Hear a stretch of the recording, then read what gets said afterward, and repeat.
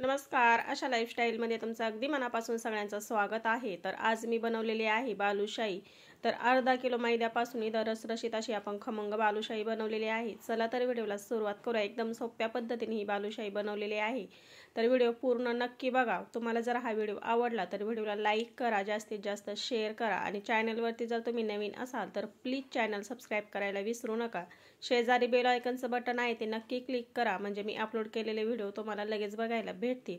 तर अर्धा किलो इथे मी मैद्यापासून खमंग रसरशीत अशी इथे बालुशाही तयार केलेली आहे. खूप सोप्या पद्धतीने झटपट तयार झाली. चला तर मग काय काय साहित्य घेतलं ते बघूया. तर बघा, इथे मोठ्या परातीमध्ये मी मैदा चाळून घेतलेला आहे. मैदा आपल्याला चाळून घ्यायचा आहे. तर आता हा मैदा आपण बघा टिफिनच्या डब्यामधला डबा घेतलेला आहे. त्या डब्याने आपण मोजून घेऊया. तुम्ही कप घेऊ शकता, वाटी घेऊ शकता किंवा ग्लास देखील घेऊ शकता. आता हा आपण मोजून घेऊया. तर मोजून घेतलं की काय होतं, पीठ आणि साखर आपल्याला मोजून घ्यायची असते, म्हणजे आपल्याला पाकामध्ये टाकायला पाणीसुद्धा मोजूनच घ्यावं लागतं. त्याच्यासाठी आपल्याला कप किंवा वाटी, ग्लास असं काहीतरी घ्यायचं आणि त्याचं माप करून घ्यायचे. तर बघा 4 डबे इथे मैदा भरलेला आहे. तर 4 डबे आणि वजनी अर्धा किलो असा हा मैदा आहे. आता ह्या मोठ्या भांड्यामध्ये घ्यायचं म्हणजे आपल्याला मळायला एकदम सोपं जातं. आता याच्यामध्ये आपण घालून घेऊया चिमूटभर मीठ.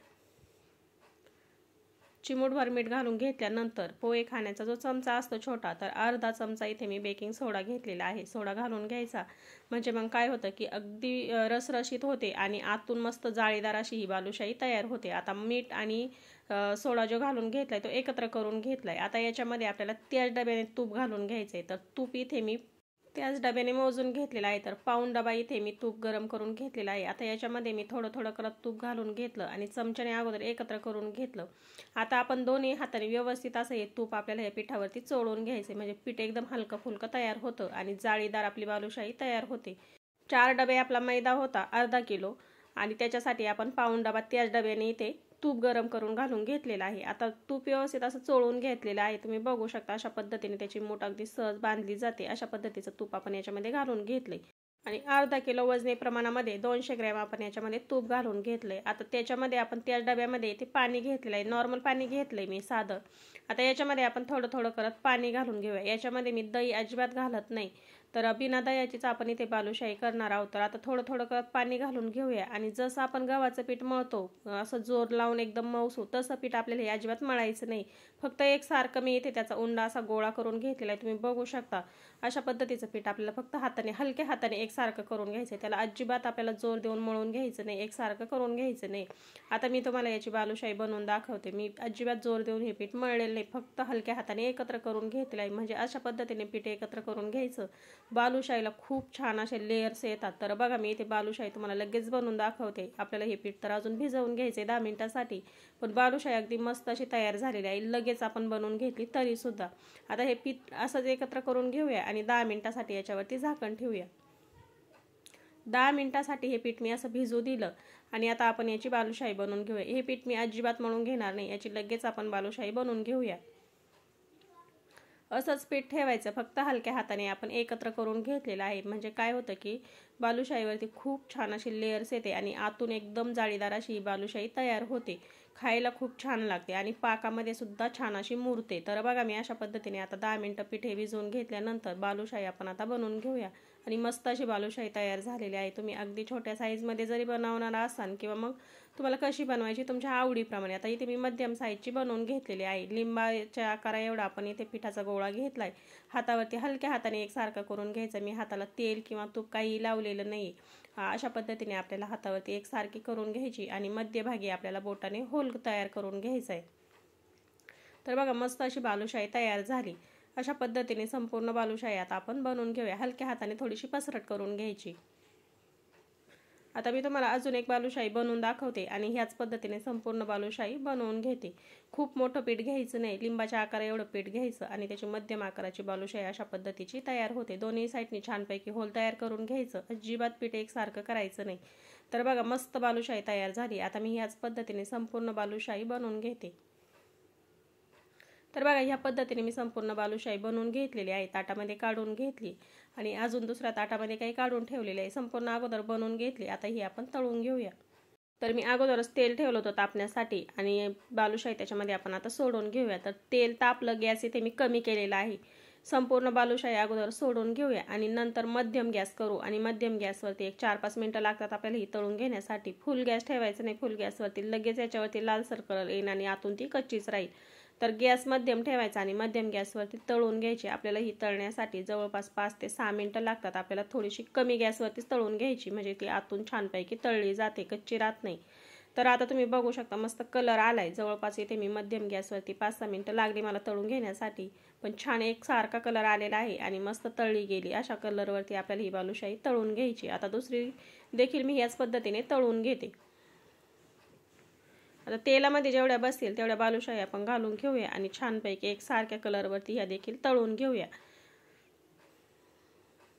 दोन्ही साईडनी अशी उलटपुलट करून घ्यायची आणि छानपैकी आपल्याला या तळून घ्यायच्या। तर बघा आतपर्यंत मस्त अशा तळल्या गेल्या पाहिजेत, गॅस अजिबात फुल करायचा नाही। आता दुसरी बॅच देखील मी याच पद्धतीने तळून घेतली आणि तुम्ही कलर बघू शकता, सगळ्या बालुशाहीचा कलर अगदी एकसारखा आहे। अशा कलरवरती मी इथे छानपैकी आता संपूर्ण बालुशाही तळून घेते। मस्त कलर आलेला आहे। अशा पद्धतीने मध्यम गॅसवरती तळून घेतली की आतपर्यंत छानपैकी तळली जाते, कच्ची राहत नाही। तर बघा आता संपूर्ण बालुशाही मी ह्याच पद्धतीने ते संपूर्ण तळून घेतलेली आहे, एक ताटामध्ये काढून घेतली आणि ही अजिबात तेलकट होत नाही। तर मी ते ताटामध्येच काढून घेतलेली आहे डायरेक्ट, अजिबात ताटामध्ये तुम्हाला कुठेही तेल दिसणार नाही। छानपैकी ही बालुशाही क्रिस्पी झालेली आहे। मी तुम्हाला फोडून दाखवते, आतपर्यंत छानपैकी ते तळली गेलेली आहे। तळली की अशी खुसखुशीत होते आणि पाकामध्ये सोडली की अगदी मऊसूत अशी रसरशीत ही बालुशाही तयार होते। आता आपण पाक बनवून घेऊया। त्यासाठी गॅसवरती मी कढई ठेवून घेतली। आता ज्या डब्याने आपण पीठ मोजून घेतले त्याच डब्याने इथे मी 2 डबे इथे साखर घेतलेली आहे, म्हणजे जेवढं आपण मैदा घेतलाय तेवढी साखर घेतली। वजनी प्रमाणामध्ये अर्धा किलो साखर आणि अर्धा किलो मैदा आहे। आता 2 डबे आपण साखर घेतली, त्याच्यासाठी 1 डबा इथे मी पाणी ठेवलेला आहे। तर आता हे साखर विरघळेपर्यंत अगोदर एकत्र करून घेतलं आणि त्याच्यानंतर मी याच्यामध्ये केसरचे काही काड्या घालून घेतलेल्या आहेत। तुम्ही कलर सुद्धा घालू शकता, याच्यामध्ये विलायची पावडर सुद्धा घालू शकता। तर इथे मी अगदी प्लेन अशी बालुशाही बनवणार आहे। तर आता तुम्ही बघू शकता इथे ना साखर विरघळून जवळपास 4 मिनिटं झाले। मी सारखं पाक इथे एकसारखा मिक्स करत राहिले। आता हा पाकाचा घट्टसरपणा तुम्ही बघू शकता आणि तुम्हाला जर वाटलं पाकामध्ये मळी आहे तर तुम्ही याच्यामध्ये थोडंसं 3 ते 4 चमचे दूध घालून त्याच्यावरची मळी सगळी काढून घेऊ शकता। आता मी एक प्लेटमध्ये पाक काढून बघितलाय, तर बघू शकता हलकासी एक तार याला हातावरती तुम्ही बघू शकता। मी अजून अर्धा मिनिट हे शिजवून घेते म्हणजे एक तारी पाक आपला लगेच तयार होईल। तर मी अजून अर्धा मिनिट हा पाक शिजवून घेतला। एक तारी पाक आपल्याला बनवून घ्यायचा आहे आणि पाकाचा घट्टसरपणावरून लगेच कळतं आपला पाक झाला इथे। आणि तुम्हाला जर तसं ओळखायला येत नसेल तर एक ताटामध्ये घ्यायचा आणि हातावरती त्याची तार तुटते का ती बघून घ्यायची 2 बोटाच्या मध्ये। आता हा पाक कोमट झालेला आहे आणि तळून घेतलेली बालुशाही सुद्धा कोमटच आहे। तर कोमट झाल्यानंतरच आपल्याला बालुशाही पाकामध्ये घालून घ्यायची। पाकामध्ये बोट बुडवल्यानंतर हाताला थोडासा गरम लागेल असा पाक झाला की नंतर याच्यामध्ये बालुशाही घालून घ्यायची। आता पाकामध्ये जेवढी बॅच बसेल तेवढी बालुशाहीची अगोदर घालून घ्यायची। आता 2 वेळेस करून हा पाकामध्ये घालून घ्यावा लागेल। तर आता पाकामध्ये जेवढ्या बसतील तेवढ्या बालुशाही आपण घालून घेतल्या आणि खालीवर करून घेऊया पाकामध्ये आणि पुन्हा एक 4 ते 5 मिनिटांमध्ये आपण पुन्हा एकदा पलटी करून घेऊया। असं आपल्याला 15-1 मिनिटासाठी करून घ्यायचे, पाकामध्ये ठेवायची बालुशाही आणि नंतर आपण पाकामधून काढून घेऊया। तर अशा पद्धतीने बालुशाही तुम्ही सुद्धा करून बघा, बनवायला खूप सोपी आहे। अर्धा किलोच्या वजनी प्रमाणामध्ये आपण ही बालुशाही बनवलेली आहे। तर खूप सोप्या पद्धतीने आपण ही बालुशाही बनवलेली आहे आणि अर्धा किलोच्या प्रमाणामध्ये आणि 4 डब्याच्या इथे मापामध्ये आपण जवळपास इथे 35 ते 37 अशा प्रमाणामध्ये बालुशाही बनवून घेतली आहे। एवढे बालुशाही आपली इथे तयार झालेली आहे। तर बघा आता बालुशाही आपण पाकामधून काढून घेऊया। तर इथे मी झाऱ्यावरतीच निथळून काढून घेत आहे आणि ही कोरडी झाल्यानंतर खूप छान दिसते आणि खायला देखील खूप छान लागते। आता ही मी आत्ताच पाकामधून काढून घेतली आणि राहिलेली आपल्याला आता पाकामध्ये सोडून घ्यायची। तर पाक थंड झालेला आहे आणि बालुशाही देखील थंड झालेली आहे। तर पाक मी पुन्हा गरम करून घेतलाय आणि संपूर्ण बालुशाही आता इथे मी पाकामध्ये सोडून घेतली। पाक थंड झाला की पुन्हा हलकासा कोमट करून घ्यायचा आणि त्याच्यामध्ये नंतर बालुशाही सोडून घ्यायची। आता ही सुद्धा आपण छानपैकी पाकामध्ये भिजवून घेतली आणि तुम्ही बघू शकता मी इथे 20 मिनिटं झालेले आहेत। आता ही पाकामधून काढून घेतलेली आहे एक ताटामध्ये। अजून याच्यामध्ये थोडासा हलकासा पाकाचा ओलसरपणा आहे। ही कोरडी झाल्यानंतर खूप छान लागते। आता ही आपल्याला कोरडी होण्यासाठी अजून जवळपास 1 ते 1.5 तास लागू शकतो।